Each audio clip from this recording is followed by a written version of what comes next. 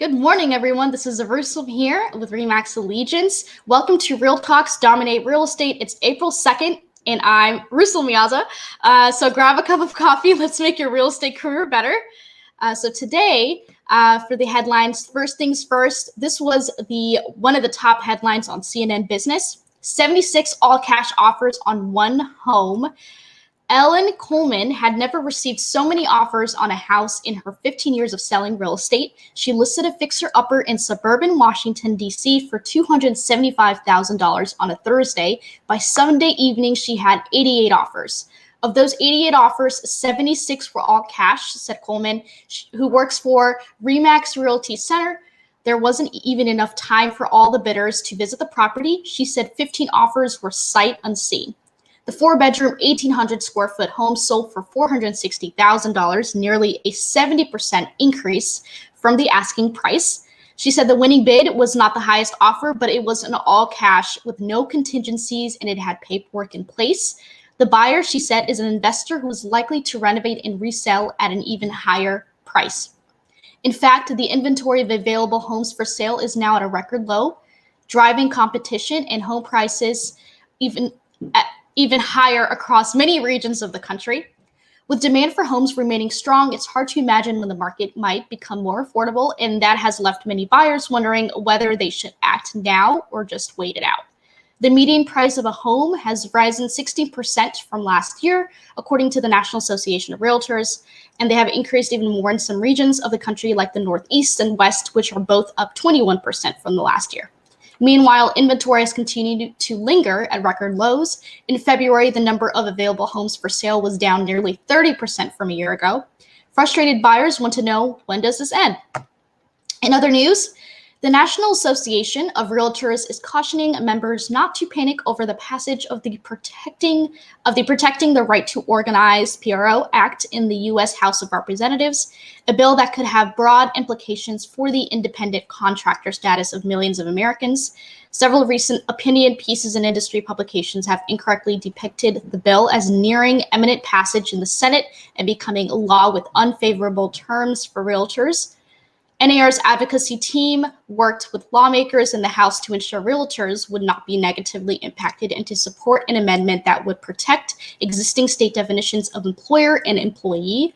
We are currently working to ensure this language is included in the Senate version, says NAR Chief Advocacy Officer Shannon McGann.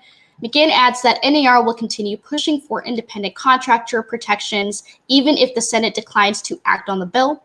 Our advocacy team has launched a vigorous effort to educate lawmakers on how indispensable the independent contractor classification is to our industry and ensure the bill doesn't apply to realtors. Find the latest developments and more background information on the issue at nar.realtor.com. In other news, last but not least, pending home sales slipped 10.6% in February. Demand is booming and mortgage rates are still low, but pending home sales continue to contract in February due to a razor-thin inventory, according to the latest report from the National Association of Realtors. NAR's pending home sales index, a forward-looking indicator of home sales based on contract signings, showed a 10.6% decline last month to 110.3. Year-over-year contract signings fell 0.5%. According to the report, each of the four major U.S. regions saw month-over-month declines in February, while results were mixed in the four regions year-over-year. The demand for a home purchase is widespread. Multiple offers are prevalent and days on market are swift, but contracts are not clicking due to the record low inventory. Only the upper-end market is experiencing more activity because of reasonable supply. Demand, interestingly, does not yet appear to be impacted by recent modest rises in mortgage rates. This is Lawrence Yun, National Association of Realtors chief economist. He says this. Also, potential buyers may have to enlarge their geographic search areas given the current tight market, and if there were a large pool of inventory to select from, ideally a 5 or 6 month supply, then more buyers would be able to purchase properties at an affordable price. All right, now on to rates. We have 30-year fixed, 3.125%, 30-year jumbo, 3.250%, FHA, 2.983%, and VA, 2.691%, brought to you by PNC of the metropolitan area. All right, on to the market stats. In the last week in the Hampton Roads, we saw 775 new listings hit the market, 757 properties go pending, and 731 properties sold. In the last week in the Washington metro area, within 30 miles of the White House, we saw 1,360 new listings hit the market, 2,056 go pending, and 1,669 homes sold. Now, we will bring on our special guest, Coach Amy Lassen. Thank you, Amy, for joining us today. Good morning. It's great to be here again. Good morning. Happy Friday. This is our first Real Talks of April. And happy post April Fools. I don't know. Right. We missed it. Right, we missed it. That would have been hilarious if we had it today. We could have had some jokes. Today. But Eyerusalem, I don't think we could have spun the news and had any April Fool's news that was any crazier than the real news we're telling. So exactly. Yeah. Exactly. All right. So today's topic is having a healthy relationship with your CRM. This is going to be really special because Amy knows that I work a lot with CRMs like the one provided by Remax, which is the Booch platform. And I do help agents with their database and helping them add in all their contacts into different, third-party platforms like other CRMs. And so today's going to be a really, really important topic for both of us. And so, all right, let's go. Well, that's awesome, Eyerusalem. I'm grateful that you established that as our baseline, and I would love to sort of interview you, although I do know, and ask you about things that you encounter in that role. But I want to start with a primary question to make sure all the listeners and we are on the same page, and that is, what is a CRM, right? So some people aren't even so sure. I even hear people say CMA and CRM interchangeably, and they're nothing similar. They just both have a C in them. So a client relationship manager is software that you use to keep track of lists of people, right? I guess you could use a legal tablet, you could use a piece of paper as your CRM, but it wouldn't have the same functionality at all. So a CRM is software that helps you manage contacts, and we're going to talk about all that a CRM can do, right? And then why it benefits you to use one and to use one well. So having set the stage with that, Eyerusalem, please share with everybody your experience on what agents either complain about or have confusion about. What's their biggest struggle with CRM? I would say I'm trying to accumulate all the thoughts. Because CRM is a big part of what I do. I would say the biggest challenge is adding contacts to your database, whether they're importing them in bulk or incorporating them in your system. So like when you're meeting new clients, did you add them to your CRM? No, but they're in my email. And so that's usually the response. And so I think the biggest challenge is really adding it into a system and making sure you're consistently adding context to your CRM and not, jotting them down on a piece of paper or in a spreadsheet, or relying on your emails as the main source of storage of your contact information. So I think that would be the biggest challenge. And then the second thing I would probably say is not really fully utilizing the CRM.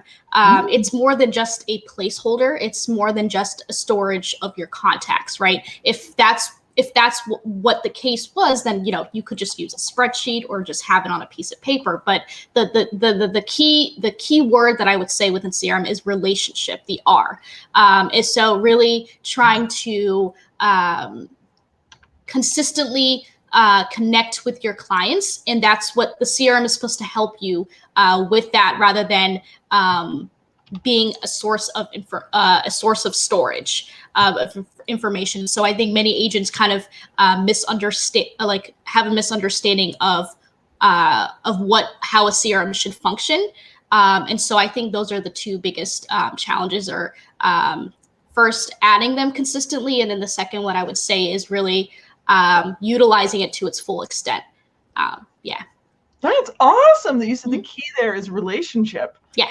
I think that's a super good point. And it occurs to me, Eyerusalem, that the reason that a CRM, well, what you're saying is the relationship is the key. And of course, for all those closings are what we're after. So absolutely. Maybe somebody says, I don't need 200 close friends. What do you mean relationship is key? But think about your best friendships. The best friendships we have in our lives are based on time we spent together, right? It's either we grew up together, or we went to school together, or we raised our kids together, or we worked a job together. And that's time in, that's consistent contact, that's consistent time spent together. And that's what a CRM can help you build, is consistent relationship over time, right?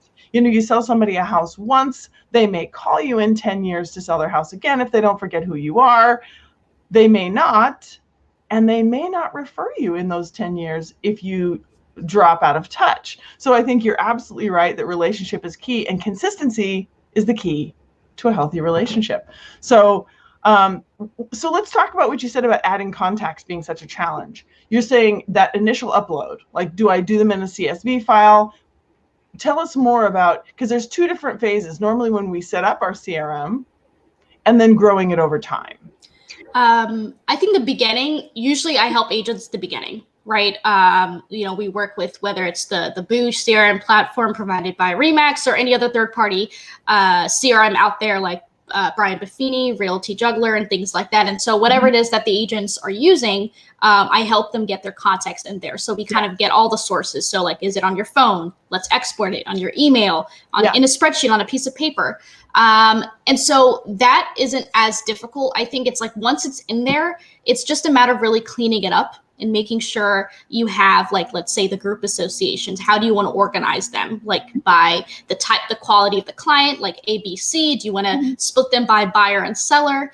So some of those things are key. And so sometimes that is a little bit time consuming for the agent, I would say. But not just that, but also over time, once you have those current contacts, when you're meeting with new clients or when you're meeting with new people, I think it's hard to, from what I'm seeing, a lot of agents forget to add them to their contacts, to their CRM. And so like they're in between listing appointments, they have a listing presentation, and then they have the email of the client, but they're like, oh, I never got the chance to add it to my CRM. And so it's consistently using it over time after the initial contacts have been imported. That's a great point. I love that. Okay, so I have an idea. Let's share with everybody, because you said one of the other challenges is that they don't fully utilize what it can do. So let's talk about what a CRM can do and what would be the result for you if you did a good job. And then let's come back to the boring stuff that everybody hates, which is having good habits and maintaining it on a regular basis. So what would you say are the greatest things that CRMs can do for you if you're utilizing the software? Yeah, and I think there's so many third-party CRM platforms out there, including Boosh. And I think some of them do offer like email campaigns. Some of them offer like you can export mailing labels from there. You can organize your marketing campaigns as well. And I think the biggest thing with your CRM is that you can, in Boosh, they call them tags, but usually just the group associations, filtering those contacts. You can search by birthdays, depending on how much information you have. You can contact the client directly from there, depending on the integration there is.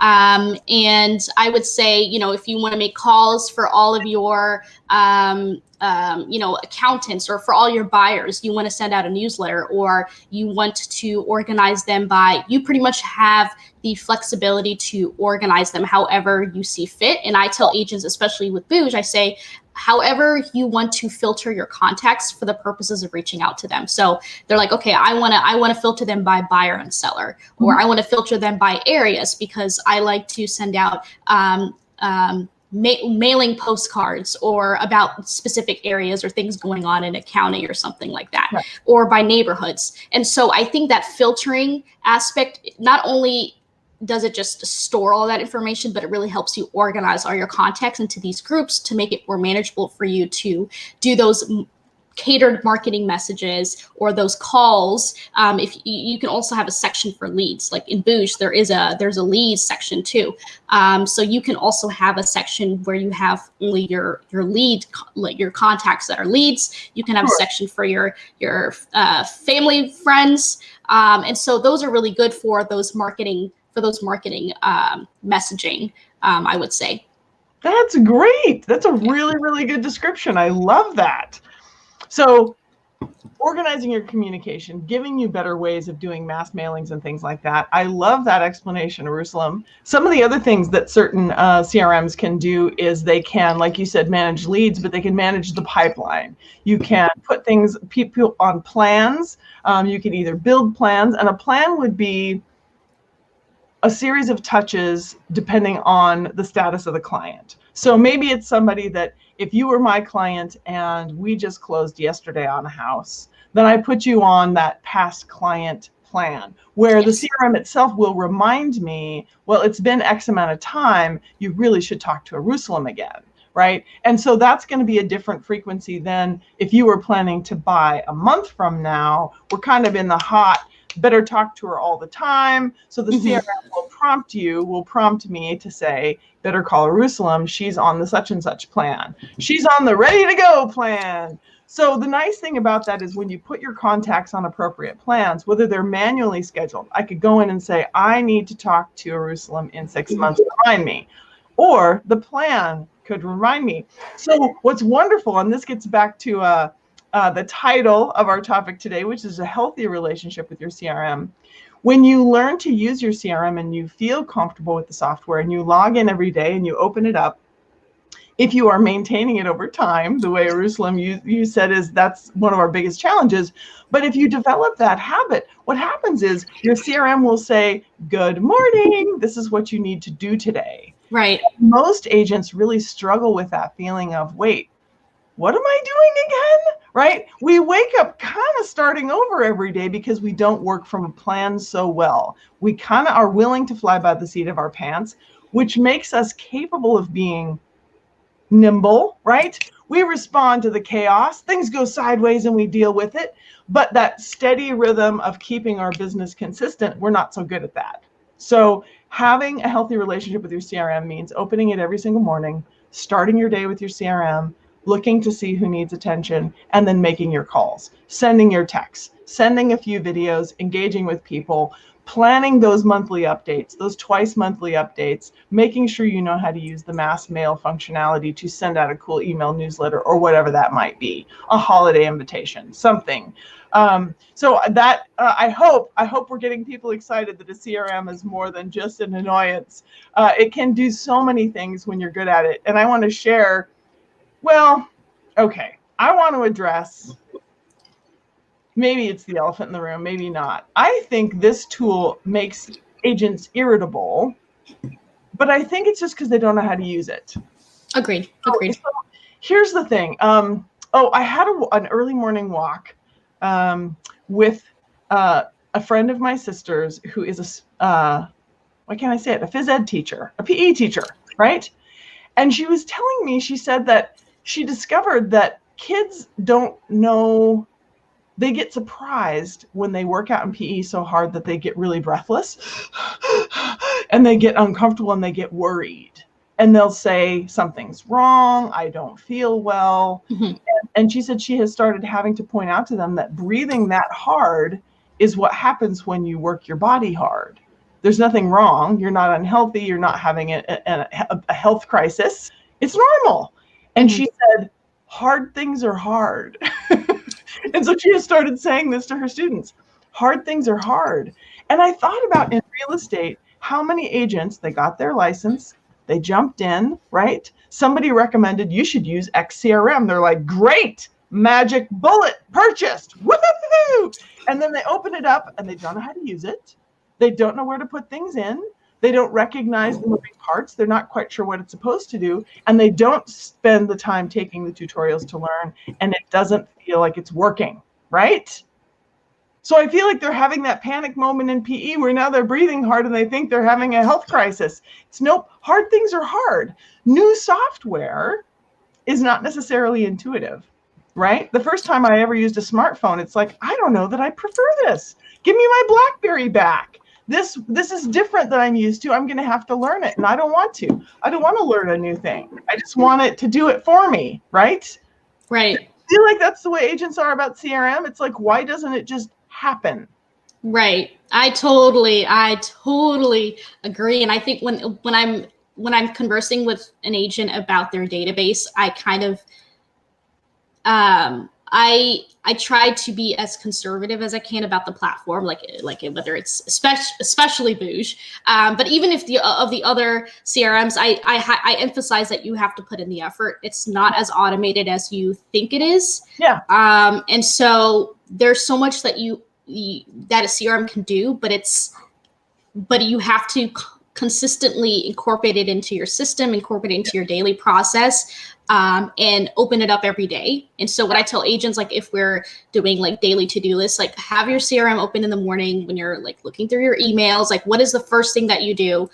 Is like probably check your emails. And so have your CRM open there. Like it's something that you have to, it's like a business plan. You have to constantly, I guess I would say look at it, or I think, well, business plan can be like a monthly review, but I think CRM is definitely daily. And there are some platforms that have mobile applications. And so when you're on the go, you can have it, on your phone or on your tablet. So there is that convenience. Or anything that you take note of, you set a reminder as soon as you get home, you add that into your CRM, or set aside some time. And I think a part of it is also there are some elements of I would say, based off of what I'm seeing, there's some elements of time management with your CRM. So it's like you have to set aside some time to really play around with it, to really because it's not you are the part of the relationship, and it's not like it's you conversing with your contacts. It's not the system conversing with the contacts, right? You have to put in the effort, you put in the input for you to get the output from that CRM system. And so some agents, I think there's a misunderstanding when you talk about the CRM. They're like, oh, it's a relationship manager. It does all this stuff for me. No. It's a platform for you to be able to do all these things. And so, and I try to really set those expectations in the beginning when we're talking. But yeah, I totally agree with you. Yeah. So I think you've made super good points about time.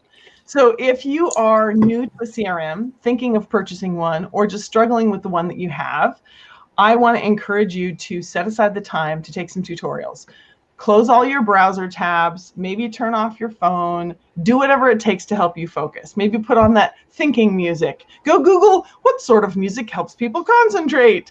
Really commit the time to following the tutorials of the CRM that you've chosen and learn to use it. Maybe you spend an hour the first time going through one of the tutorials, and then you set aside time throughout the week. Most of us squirrely minds, Eyerusalem, benefit from longer commitments of time rather than short. Like if I say, I'll spend 10 minutes on it every day, it's like we don't really get very far. Once you're finally focused, it's like, now I'm doing it. I just want to stay in it until I get it done. So a few longer periods of time to learn it. And then, as you said, commit time every single day to open it, just like your email, right?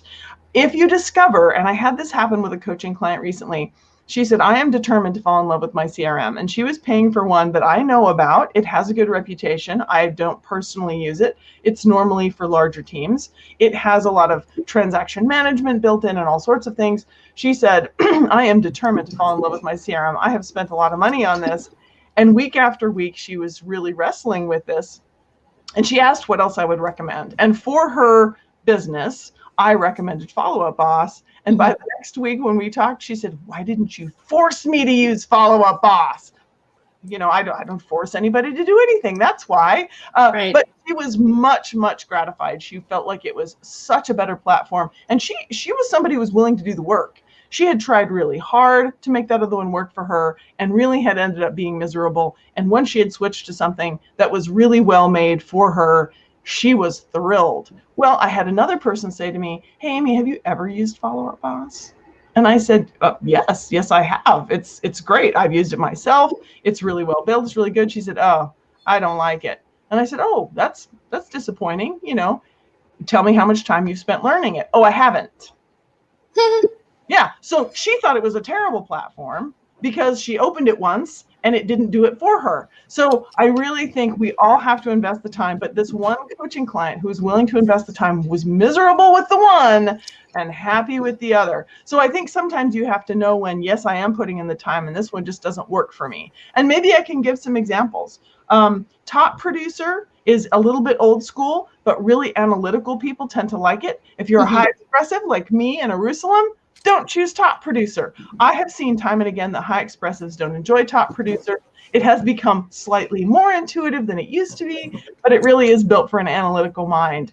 Follow-up Boss is great for small teams, and it's great for individual agents. It's not the cheapest one out there. It's not the most expensive. As the name says, Follow-up Boss is made to help you with better follow-up.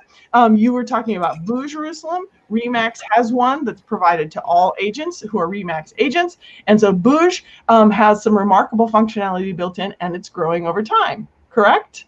Correct. Yeah. Some of the others that you mentioned Realty Juggler, that's $179 a year. So it's kind of the bargain out there in the industry. There's a couple more. Lion Desk. I know a lot of people who really love Lion Desk. It's really customizable. I know other people who hate it because of that. Don't make me customize it. Just do it for me, right? So Lion Desk at like $20 or $29 a month is a good value, and it's a good CRM. What are some other ones? I know some agents who use Wise Agent. It's a little bit old school, but they're super, super happy with the basic drip campaigns that are built into it and the workflows. The more expensive ones, Boomtown is an all-in-one CRM website. Sierra Interactive is an all-in-one CRM website. There's another one. I was about to say it, and now I forgot. It's good that there's some that platforms like even Bouge, like that connect. It's the same platform that runs the websites for Remax agents. And so that's good because then you have that lead component. So when users are contacting you or they're viewing some information on your site, or they try to reach out to you from there, some of those website analytics components are fed into the CRM. So if that's something that you're looking for, is that those are really good tools as well. Right, and that's something important that you have to think about. Where do your leads come from, and how do they get in there? And if it doesn't have, some of the major CRMs will integrate with most web platforms, and if that integration is not already built in, you can use something like Zapier to build it. Real Geeks was the other all-in-one I was thinking of, CRM web platform, Real Geeks. So there are a few of those, but for most of us, Eyerusalem, we don't need a huge budget. Boomtown starts at $800 a month for the web CRM integration, all-in-one platform, and then depending on how many team members you pay, above and beyond that. So for most of us, a simple CRM works just fine. And I've shared before on other shows and in classes at Remax Allegiance that my friend Elizabeth lives and dies by her spreadsheet. That is her CRM. It's got columns for when was the last time she contacted them, have they received a pop-by gift, have they sent her a referral. So she has her entire CRM in a spreadsheet, and it works for her. It works because she incorporates that relationship component into 100%. The spreadsheet. So I think, and I tell agents, I don't try to deter them away from spreadsheets, but you can use the spreadsheet, but as long as you're incorporating that relationship component, because if you're not really connecting with your clients on there, then it's just going to be used as a storage of information. That's a really good point. Are you storing information? Or are you making a workflow? Are you making a dashboard where every single day you remind yourself, who do I need to talk to today? What do I need to tell them? Right.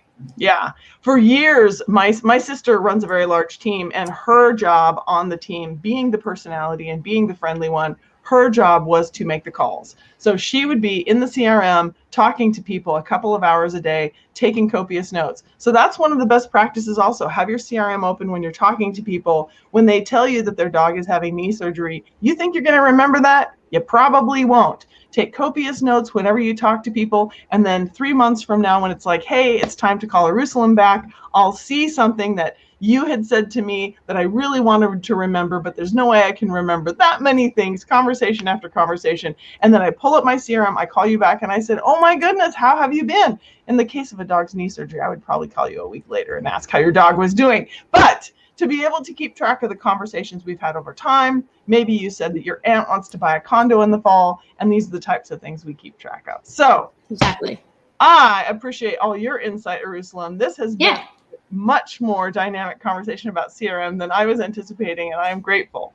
Yeah, no, this is awesome, and I love CRM. That's like one of my favorite topics. And any last minute tips that you have, we do have a couple minutes if you have any other things that you want to wrap up with.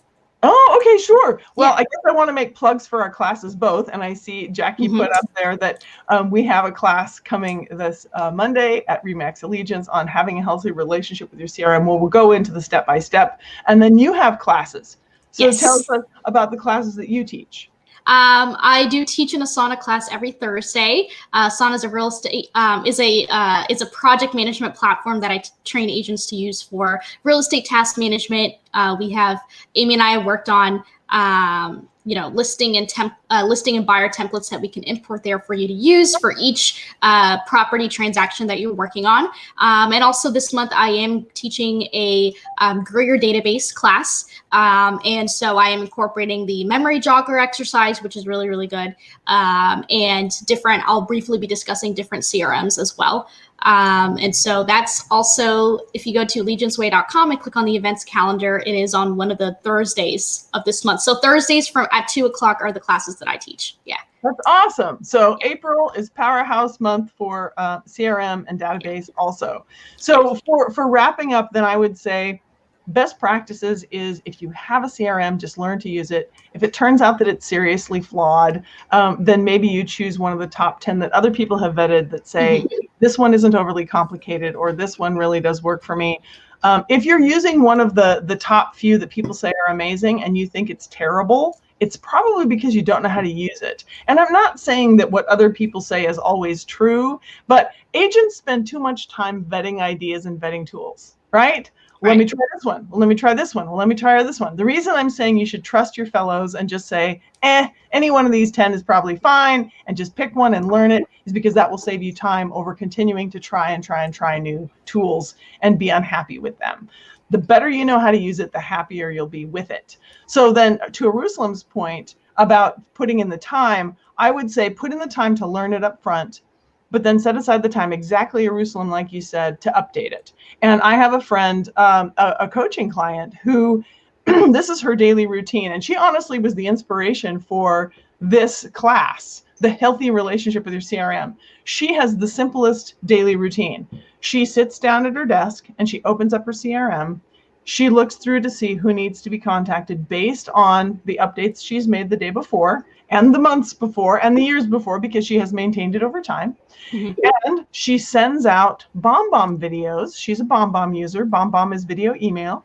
So she sends out BombBomb videos to however many people are on there. She texts certain ones, she calls certain ones, and then she gets on with her day. And then she goes on her appointments and she shows houses and she does all the things. And at the end of the day, she opens up her CRM and she makes all the updates based on what has transpired in that day. And then her day is done. Now, you guys may think she's crazy. She is a very organized person. She doesn't do a lot of unique things. She does a few things really, really well. And she makes closing 35 deals look boring. When I first met her, she was doing 36 deals a year, and she had signed up for a coach because she wanted to do more. And she made 36 deals look like the easiest thing ever. And that's because she does a few things really, really well. So copy Maggie, have a healthy daily routine, log into your CRM, check in with it, check in with the end of the day. And if you can't, if daily sounds excruciating, then once a week, update your CRM. Go through your notes, go through your emails, go through your sticky pad, whatever it is, update your CRM once a week and make sure the notes are in there and you'll be good to go. Yes. Thank you so much, Amy. And everyone, please check out Amy's class, register for a class for next Monday at 10:30 a.m. Go to theallegianceway.com or dominaterealestate.net. Click on the events calendar on April 5th. Just click on the link there and register for a class. This is pretty much, our conversation was a good preview of the class, but it'll be a great hour-long session. So definitely check that out. Amy, thank you so much for joining us today. And everyone, as always, we are here to make your real estate career better. Thank you so much for watching, and I hope you all have a wonderful weekend. Bye.